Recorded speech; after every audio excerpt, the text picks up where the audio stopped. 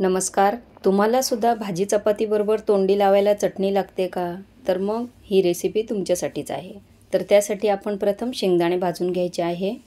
तर आपल्याला जेवढी चटणी बनवायची आहे त्याप्रमाणे तुम्ही शेंगदाणे भाजून घ्यायचे. म्हणजे किती प्रमाण तुम्हाला चटणीचं बनवायचं आहे. तर मी इथे 1.5 मूठ शेंगदाणे घेतले आणि ते खरपूस असे भाजून घ्यायचे आहे आणि ते काढून घेतले. त्यानंतर आपण 2 चमचे तीळ टाकलं आहे. तिळाचं प्रमाणसुद्धा तुम्ही इथे वाढवू शकता तुमच्या आवडीप्रमाणे आणि ते सुद्धा छान असे उडेपर्यंत भाजून घ्यायचे आहे आणि ते भाजून घेतल्यानंतर ते काढून घेतले. त्यानंतर मी इथे 8-10 हिरव्या मिरच्या घेतल्या आहे.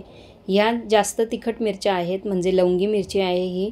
तुम्ही तुमच्या आवडीप्रमाणे मिरच्या कमी तिखटाच्या सुद्धा इथे वापरू शकता. आता मिरचीला थोडा डाग लागला की त्यानंतर आपण 7-8 दाणे काळे मिरीचे टाकले आहे आणि 8-10 लसूण पाकळ्या टाकल्या आहे. लसूणला चांगला डाग लागेपर्यंत आपल्याला ह्या मिरच्या भाजून घ्यायच्या आहे. आता इथे मी गॅस बंद केला आणि गॅस बंद केल्यानंतर 1 छोटा चमचा जिरं टाकलं आहे, कारण आपला पॅन भरपूर गरम होता आणि ते भाजून घेतलं जिरं आणि त्यानंतर आपण ते गार करून घेतलं आहे आणि गार केल्यानंतर आपण ते मिक्सरच्या भांड्यात टाकायचं आहे. इथं शेंगदाण्याची सालं काढून घेतली आणि ते शेंगदाणेसुद्धा टाकले.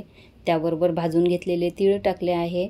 चवीपुरतं मीठ टाकायचं आहे आणि मुठभर कोथिंबीर टाकायची आहे.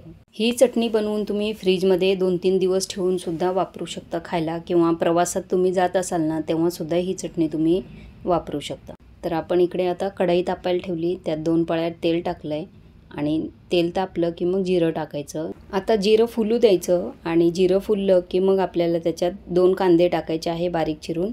इथे कांद्याचं प्रमाण थोडं जास्त वापरायचं आणि कांदा आपल्याला चांगला तांबूस होईपर्यंत भाजून घ्यायचा आहे. कांदा व्यवस्थित भाजला की मग त्याच्यानंतर आपण जे वाटण तयार केलं ना मिरचीचं ते टाकायचं. आपल्या आवडीप्रमाणे 2-3 चमचे मी इथं टाकलं आहे आणि ते छान असं परतून घ्यायचं आहे कांद्याबरोबर. आता ही चटणी ना तुम्ही डब्यालासुद्धा घेऊन जाऊ शकता किंवा मग भाजीला काही नसेल ना तेव्हासुद्धा ह्या चटणीवर आपलं काम चालून जातं. खूप चविष्ट लागते आणि तोंडाची चव वाढवते.